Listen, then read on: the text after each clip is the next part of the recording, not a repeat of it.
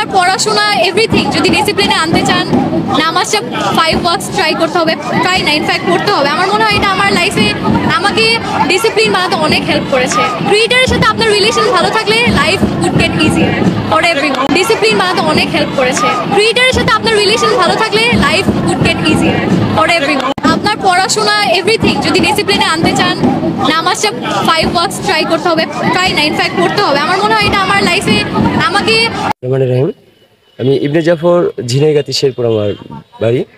আমি আপনাদের সামনে দুটি কথা নিয়ে আসছি। ঘাতক ইউক্যালিপটাস গাছ লাগাবেন না, হারিয়ে যাওয়া গাছগুলো রোপণ। ঘাতক ইউক্যালিপটাস গাছ নীরব ঘাতক, অন্যান্য গাছের তুলনায় প্রচুর পরিমাণে পানি শোষণ করে, অক্সিজেন গ্রহণ করে, যা অন্য গাছের বিপরীত। এর পাতা সহজে পচে জৈব সারে রূপান্তরিত হয় না। পানিতে পাতা পড়লে পানিতে মাছের পরিবেশ নষ্ট হয়,